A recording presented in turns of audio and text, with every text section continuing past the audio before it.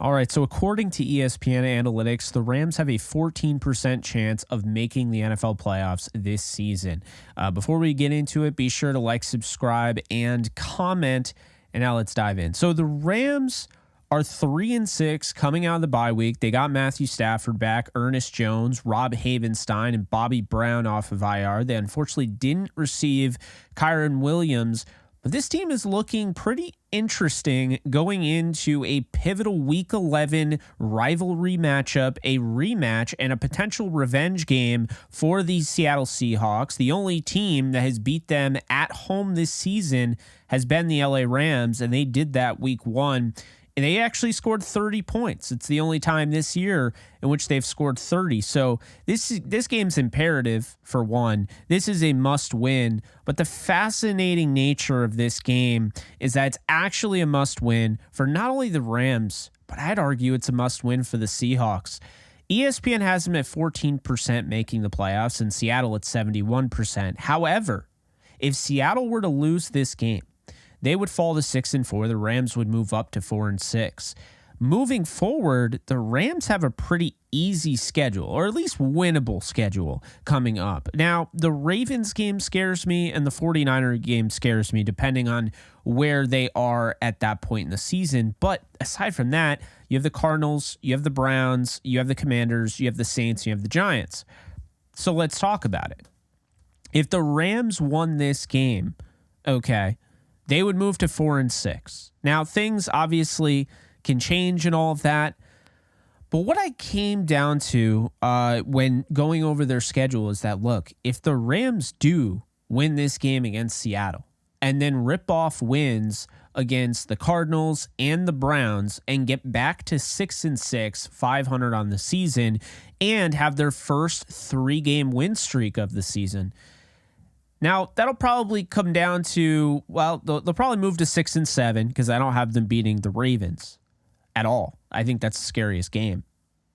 But after that, you have a pretty interesting road ahead. You have the Commanders, you have the Saints, and you have the Giants. And all of a sudden, you're looking at potentially 9-7 there. So you were going potentially into the 49er game to go 10-7 like I predicted before the season. Now, it sounds improbable. It sounds ridiculous, but in reality, it's not.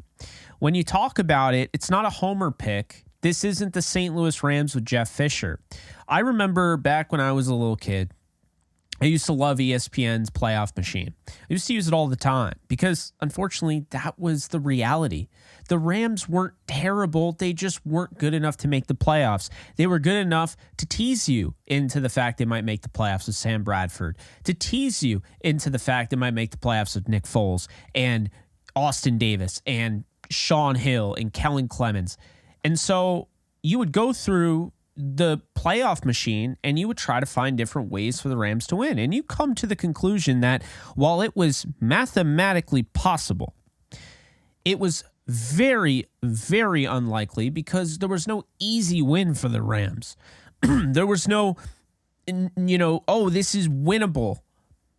All games are winnable, when you really think about it. The Rams, with the St. Louis Rams, like Jeff Fisher and Steve Spagnuolo, those didn't feel winnable. They felt like you were hoping. It felt more like, copium, if you will, hopeism, as Cam always says on our show. And this team doesn't feel that way. Now, I understand a lot of you have already moved on over to the draft, but hear me out when I say there's a lot of football left to be played, and there's a lot of realistic football games to be won in this 8-game stretch. It all starts with Seattle. And I'm going to say this because while the Rams wouldn't mathematically be eliminated at 3-7, there's only one team in the history of the NFL to make the playoffs at 3-7, and it was the Washington football team in 2020, in which they actually won the division. So they won a horrible division with a losing record. This division isn't horrible, and so there wouldn't really be a pathway to get in. There might be, but I'm not I would pretty much say the season's likely over if they lose to the Seahawks. I think it'd be definitely fair to start looking at mock drafts and stuff, even though the schedule is pretty favorable for the Rams. It'd still be a little tough. So let's go through it. Why am I even bringing this up? Because, guys, if the Rams beat Seattle, I think the Rams are going to the playoffs. Now, I'm not saying it's a guarantee. I'm not coming out and saying guarantee, book it. I'm not as sure that they're going to the playoffs as I was that the Rams were winning the Super Bowl when they acquired Matthew Stafford. But I feel really good about it. And right now, that would be my prediction. I think the Rams are going back to the playoffs for the 5th time out of 7 years in Sean McVay's coaching career. The reason I say that is when I look at the teams. Right now, you have the Falcons, you have the Packers, you have the Bucks, you have the Commanders, you have the Vikings, and of course the Cowboys and Seahawks. Assuming the top 4 stay the same. I really don't see the Saints falling out of that, but maybe they do. I don't know. I don't feel like they're great, but I don't feel like that division's great at all. And honestly, I kind of wish that they didn't have an automatic bid. The better teams would be in the playoffs if that were the case. But keep in mind, there's a reason why I continue to say the season's not over. This is the easiest NFC, or the worst NFC conference that I've seen in quite some time. And I said that before the season, right? Remember me saying that? And teams that I thought would be really good, the Eagles, the Lions, the 49ers. Those were pretty obvious, likely, winners in their division. If you missed the boat on the Lions, I guess, whatever. But I definitely have been high on the Lions. I have them going to the Super Bowl and winning the NFC title. But that leaves, obviously if you put the Saints in that 4th spot, there's 5th, 6th, and 7th seed.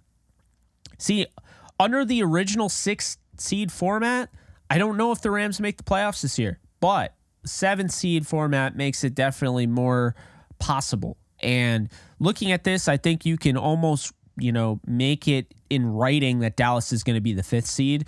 They've played well. They've, overcome a serious loss in Trayvon Diggs in the back end of their secondary.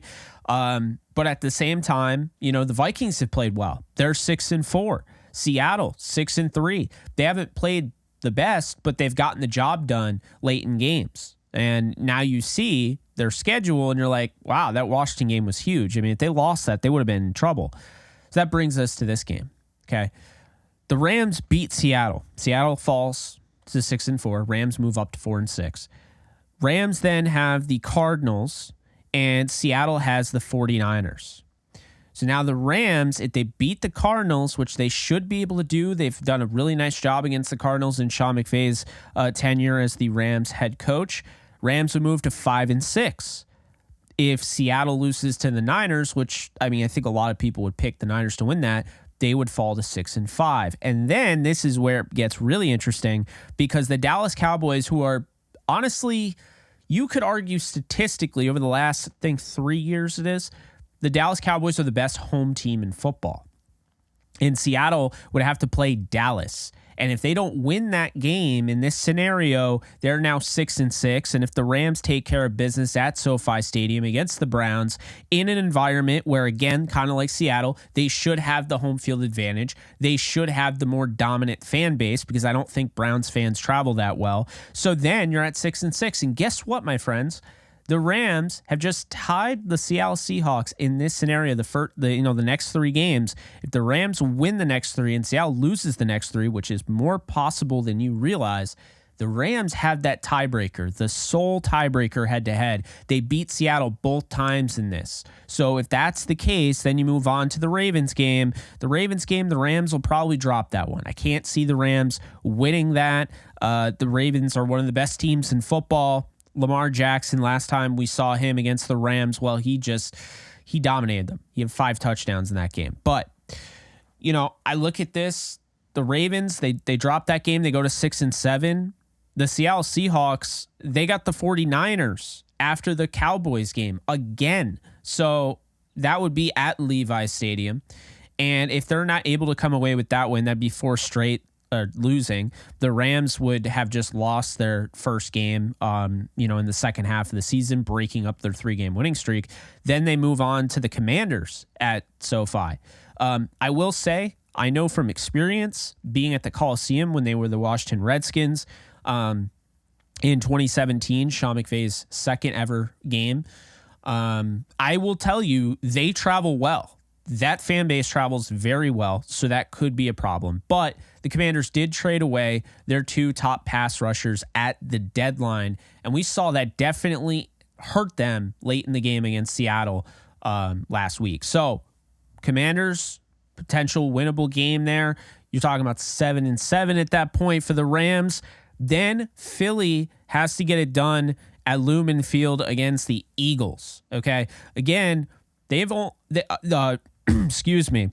Seattle has to get it done at Lumen Field against the Eagles. Seattle has only lost 1 game at home, and it was against the Rams, but they're going to be playing the 49ers at Lumen, and they're going to be playing the Eagles. Those are 2 tough teams. So there's a chance the Seattle Seahawks lose the next 5 games in a row. And should we really be shocked if that happens? Aside from the Lions game, the resume isn't that impressive. And when you think about it, now, the Rams would be 7-7. And now, you take Seattle 6-3, and now they're, 6-8, right? And it really adds kind of some intrigue there because the Rams do have the tiebreaker. So that's like 2 games on Seattle. Then you have the Saints at SoFi in prime time on a Thursday night. You have Seattle going to Tennessee. Seattle should win that game. Tennessee's not very good. But then you have the Pittsburgh Steelers. So let's just say, Seattle wins that. They get back to their 7-8, and the Rams beat the Saints, and they're 8-7. Then you have the Giants.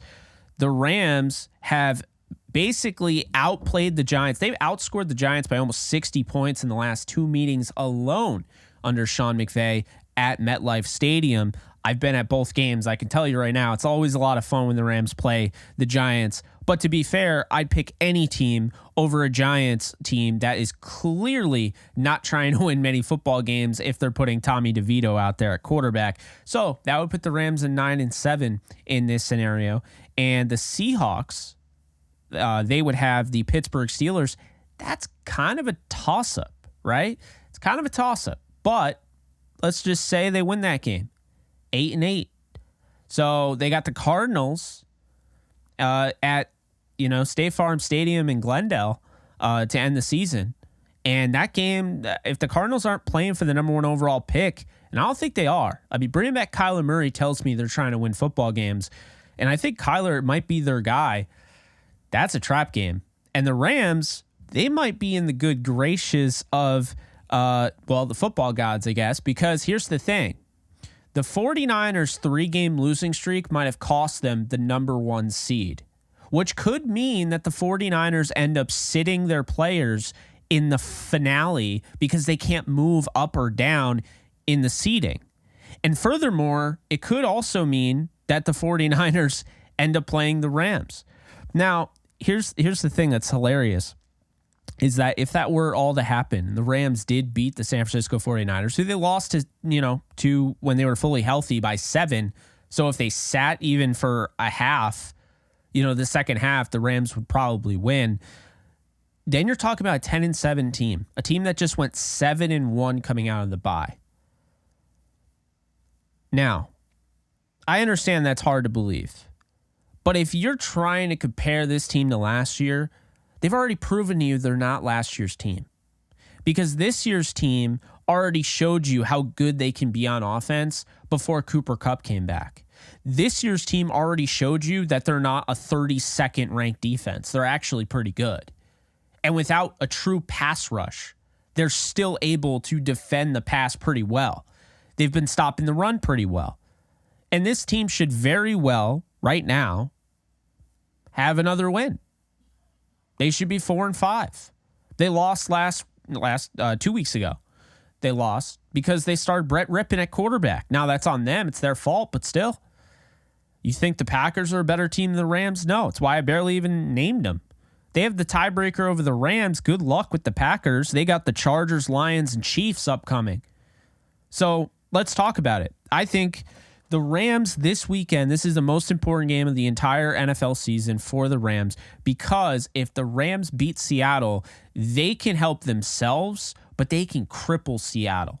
Seattle has to bounce back immediately against the 49ers twice, the Eagles, and the Dallas Cowboys. They also have the Steelers in the lineup there on their schedule, and they have the Cardinals to wrap it up, a division rival that could keep the game close and steal it in the very final seconds of the game while they're playing at home. This is fascinating to me. The Packers I'm not looking at. I don't look at the Packers and think, oh, yeah, that's a team to worry about. You get the Chargers, Lions, and Chiefs. Then you get the Giants. Okay, there's a win. Buccaneers, maybe. The Panthers, the Vikings, and the Bears. The Bears, by the way, that is later on in the season, so we'll see. The Vikings game, I mean, the Vikings look pretty good. They're 6-4 right now. The Vikings, however, very interesting this weekend against the Broncos. They're in Denver. I'm actually going to say Denver wins that game. They've gotten things together. Got to give credit where credit's due. Sean Payton's done a nice job of kind of, bringing this team back together, because it did not look good at first. But the Vikings then have the Bears. That's going to be at US Bank Stadium, so the elements don't affect that. But then they have a bye. Then they have the Raiders, the Bengals, the Lions, the Packers, and the Lions again. So that would be two games. The last two of the last three games for the Vikings are the Lions. So Cowboys, let's just say they're in, right? Seattle, who knows? If they lose this game to the Rams, the wheels could literally fall off for Seattle. And the Rams have one of the more favorable schedules. The Commanders, they have the Giants, the Cowboys, the Dolphins, the Rams, the Jets, the 49ers, the Cowboys. I mean, the only gimme game there is the Giants. The Jets could even be a problem, and Aaron Rodgers could be back by that point. So then when you look at that, you're like, okay, well, what about the Bucs? Well, the Bucs have the Niners this weekend. They also have the Colts after that. Then they have the Panthers. Then they have the Falcons, who, by the way, are a great home team. They're not great on the road. Then they have the Packers. Then they have the Jags, the Saints, and the Panthers. So not the worst schedule, but not the best schedule for the Bucs. And I don't think they're very good. They've lost, I believe, 4 of the last 5 games that they've played. And then the Falcons. They have a bye this week. Then they have the Saints. Then they have the Jets, the Buccaneers, the Panthers, the Colts, the Bears. By the way, in the elements, that's going to be probably a snowy game at Soldier Field. And then the Saints to wrap it up. The Saints are probably going to end up winning that division. By the way, you wrap up the season on a 2-game road trip. You have the Bears probably in snowy conditions, and you have the Saints at the Superdome. And then you have the Colts before that.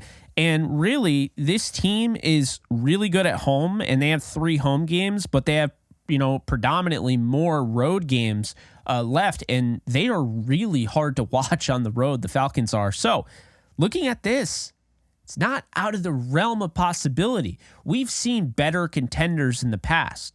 The Rams could very well be the most talented team out of all the teams that I just mentioned, except for maybe Dallas. But, Seattle and the Rams, they seem to be pretty much on that same wavelength. I mean, they both, they don't finish teams off the way they should. Seattle has just done a better job, I think, late in games. But, now it's kind of a clean slate, somewhat. Now you come off the bye. We'll see what happens. But, guys, I'm going to tell you right now, I feel good about this. And this could end up being a it didn't age well video, and if it is, okay. But if they win this game, that's what I'm saying. If they lose this game, changes everything, okay? You could pretty much throw this video out, because if they lose this game, then everything I just said, would have to be somewhat, edited, so to speak, because, but it's all based on a win this Sunday.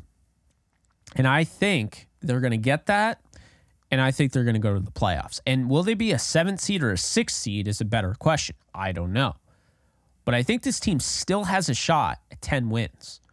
Now, what do they do in the playoffs? I don't know. But I also don't want to hear, I'd rather have a top 5 pick than make the playoffs and lose in the first round, because I'll tell you what, I'll always take an extra game of football. I'll always take postseason football. I don't want to sit there and have to go through another postseason of not seeing this team when I know they have the talent. And they should not be in this position right now. It kind of goes to show you they're not that far off.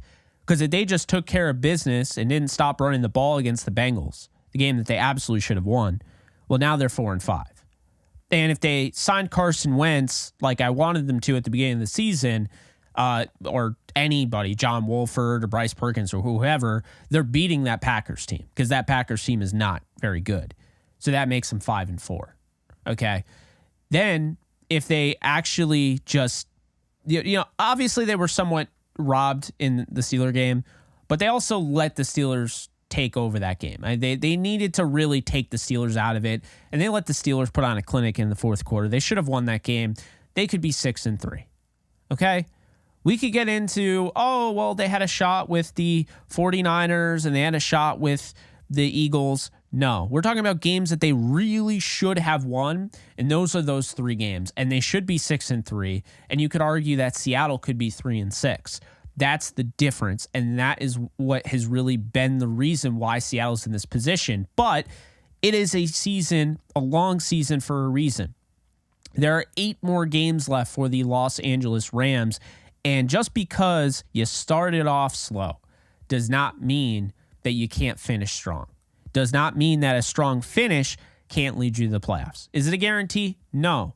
But it puts them in pretty good shape. If they beat Seattle this weekend, they beat Arizona, and they beat the Browns, and then Seattle loses some very losable games against the Niners and the Cowboys, those 3 games, those 3 weeks, now all of a sudden you flip it. And I can already see it happening. Now, Seattle could easily steal a game against the 49ers because, the division rivalry, the Dallas Cowboys could just not show up one day at Jerry World, and the Eagles could just not show up at Lumen Field. But I don't think that's going to happen. I think the Rams are going to go to the playoffs. If they win this Sunday, I think it all starts now. The improbable playoff run starts now. If you want to call me a homer, fine. But do yourself a favor, look at the roster, look what they've done throughout the year. They've flashed the ability. They're not far off. Let's see if they put it together now that Sean McVay has been able to take a step back, really, reevaluate. We've already seen those moves, and just hopefully be able to figure out why they're not better than, or their record isn't where they should be. And I think the bye week worked magic, obviously, when you talk about the injuries and getting healthy. They're going to get Kyron Williams back week 12. Would love him back this week. Watch out for the LA Rams. They're not out of this thing. And for those of you who wanted Caleb Williams or Drake May or insert quarterback there, I mean, even left tackle at this point, that's not even a guarantee. They might have to trade up, and that's okay. I'm fine with them trading up. Go and win games. That's what it's all about. This is entertainment at the end of the day. No one wants to watch a team that's purposely trying to lose. And the Rams, by the way, they're not purposely trying to lose. The Giants, on the other hand, starting Tommy DeVito, you could argue maybe they're trying to purposely lose. But that's all I got for you guys. Hope you guys enjoyed. Be sure to follow me at JK Bogan. I'll see you guys soon. Later, folks. Start playing Pick'em or Weekly Fantasy for any sport today, Jake. Users will receive a 100% deposit match up to $100 if they use promo code OTE at sign up. Start playing Pick'em and Weekly Fantasy Football today with Underdog Fantasy. Do you love talking about the Rams, the NFL, or just want to be a part of a community? Join my free Discord server today. We're over 800 members. We got 24/7 live chat, a level 3 boosted server, the ability to call into JE Live, playing online games with us on Kick streams, toggleable alerts for when I go live on YouTube or Kick so you don't miss a live stream, and exclusive giveaways. Click the link in the description, the comments section, or the link that comes up in the video to learn more and join today.